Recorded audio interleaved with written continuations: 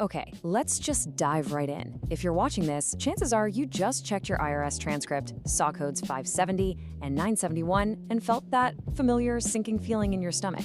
We are going to break down exactly what these codes mean, and maybe even more important, what they almost never mean. Right?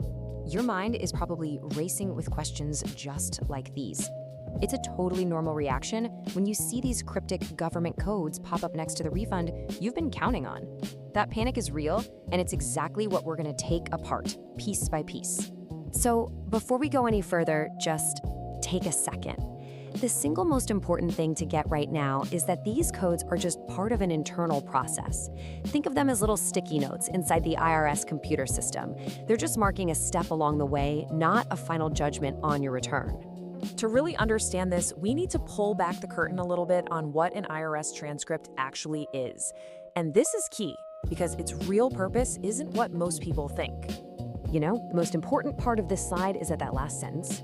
Your transcript, it's not actually written for you. It's an internal logbook, kind of like a mechanic's notes on a work order. It's for IRS employees to track your returns journey. And that's exactly why it's so confusing. It's written in their language, not ours. So here's the bottom line. Seeing one of these codes is like pausing a movie on a single frame. It shows you one little moment in a huge automated process, but it does not tell you the whole story, and it definitely doesn't tell you how it ends. All right, let's get to the codes themselves. We're going to translate these from IRS speak into plain English so you know what the system is actually trying to say. Okay, code 570. In one word, it means pause. Imagine your tax return is moving down a giant conveyor belt. This code just means it's been temporarily pulled off to a side table for a quick look. Now, this pause can happen for lots of reasons. Sometimes it's actually required by law. For example, the PATH Act legally requires the IRS to hold refunds that claim credits like the Earned Income Tax Credit until mid-February. It's a built-in, predictable hold. Other times, it's for something more specific. And this is so important. Let's just debunk the big fears right now. A 570 code is not an accusation. It's not an automatic audit. It doesn't mean you messed up or that your refund is gone forever. Millions of returns get paused for routine checks every single year, including those legally mandated ones. Next up, code 971. This one is even more straightforward. It literally just means a letter has been created by the system and it's on its way to your mailbox. The code itself gives you absolutely zero clues about what's inside that letter. It could be good, bad, or just informational. And you know, that letter could be about any number of totally normal things. A lot of the time, it's just a request to verify your identity online, to protect you from fraud. Or it might be a simple note explaining a tiny adjustment they made. The fact that a letter was sent is way less important than what it actually says.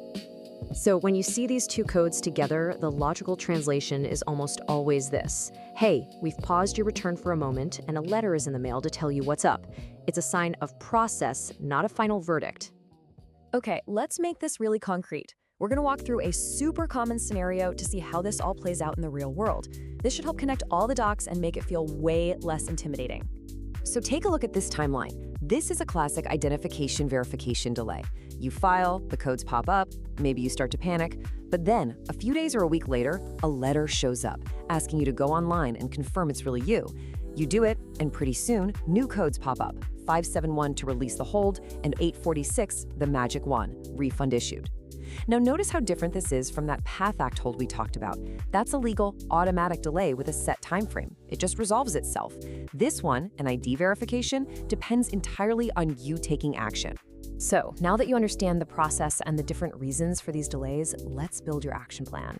Knowing what to do, and even more importantly, what not to do, is going to save you a ton of stress. This is so critical. Acting out of panic almost always makes things worse. Please do not amend your return unless the IRS specifically tells you to.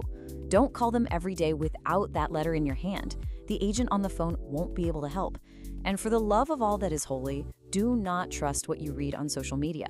Someone else's PATH Act delay has nothing to do with your ID verification issue. And this really is the bottom line. That code 570 on your transcript could be that routine, legally mandated hold that's going to clear up on its own. Or it could be a flag for identity theft that needs you to take action right away. The code is identical, but the situations and what you need to do are completely different. So what's the calm, practical path forward? It's this simple checklist. Keep an eye on your mailbox and your online IRS account. When that notice finally arrives, read the whole thing, top to bottom. Follow its instructions exactly. Until you have that letter in your hands, everything else is just guesswork.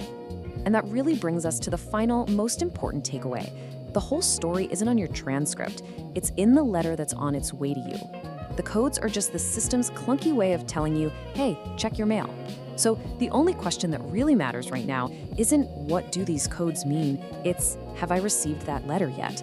Because that's where your real answer is waiting.